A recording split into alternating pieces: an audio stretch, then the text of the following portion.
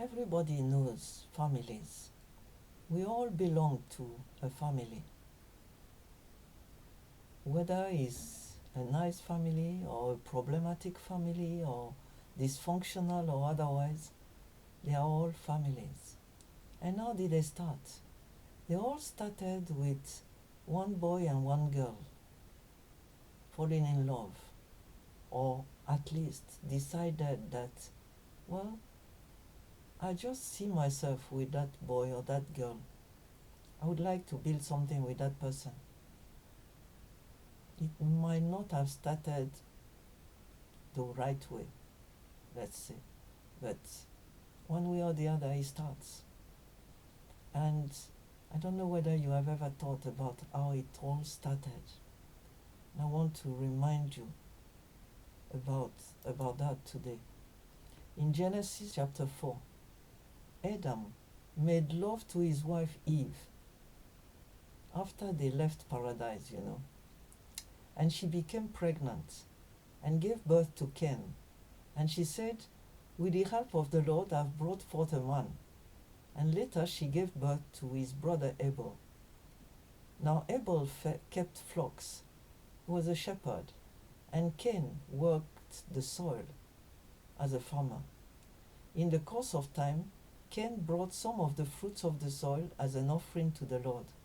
And Abel also brought an offering, fat portions from some of the firstborn of his flocks. The Lord looked with favor on Abel and his offering, but on Cain and his offering he didn't look with favor. So Cain was very angry, and his face was downcast. So, two brothers, and by the time this story opens, they're already adults. They all have a job, and they all kind of try to have a relationship with God. So their parents, who had a lot of trouble with God and got sacked from the garden for that, must have talked to them about God. And so they tried to worship God the best way they could, or they knew. And Cain took some produce and offered it, and Abel did the same, with the difference that he decided to give the best to God, not just a random offering. And so the Lord loved his offering. And Cain discovered that he was rejected.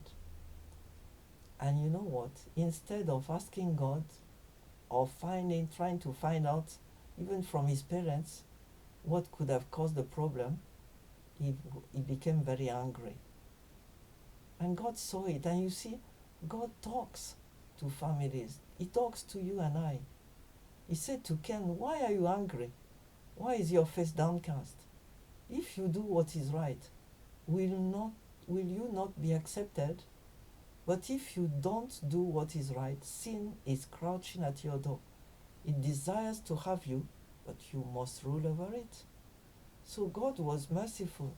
He tried to help Cain. There was no need for him to talk to Abel because everything was okay between him and Abel.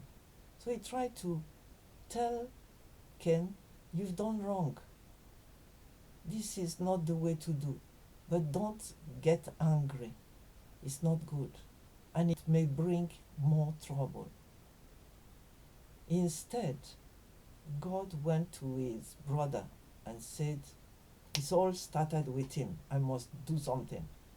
And he took him to the field. He said, let's go together. And we are familiar with all kinds of premeditated crimes like that. While they were in the field, he attacked Abel and killed him. The parents didn't know, but God asked him, where's your brother Abel? He said, I don't know. Am I my brother's keeper? And that's something else we learn here, is that we are our brother's keepers. You didn't choose your family. I didn't choose mine. My parents never talked to me about God. Thankfully, my grandma did. But I have 5 brothers and 1 sister. And I know, as God said, I am my brother's keeper.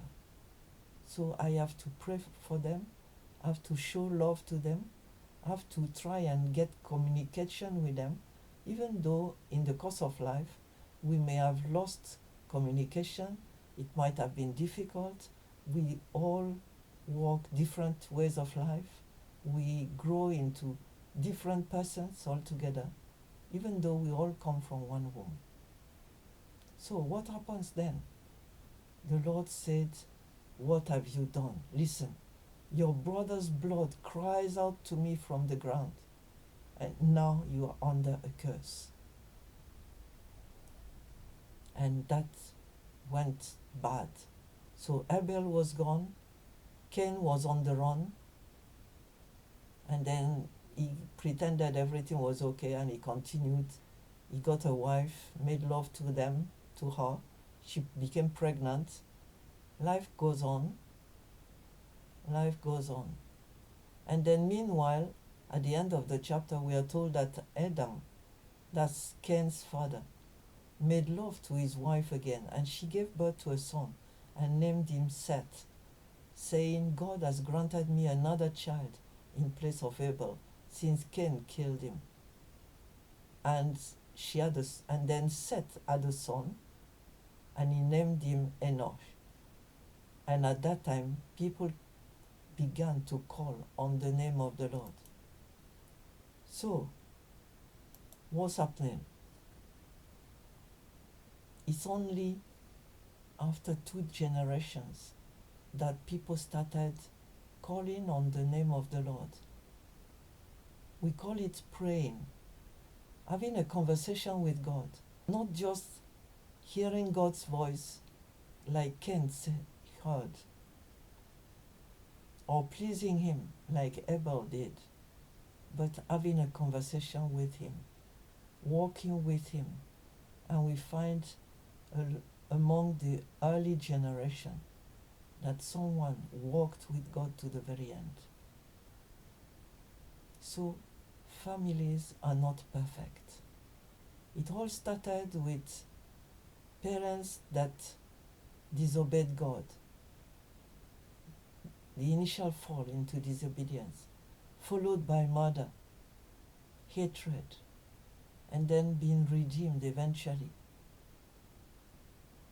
So we learn from them, and we learn from the Bible that no matter our family, no matter the flaws of our parents or ancestors, there is still a chance for us.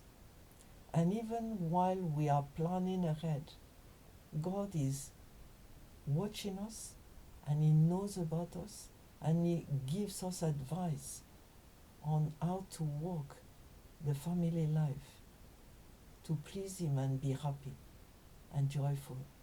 Family can be a real treasure, but it needs nurture and care. So bless you as you follow God's advice.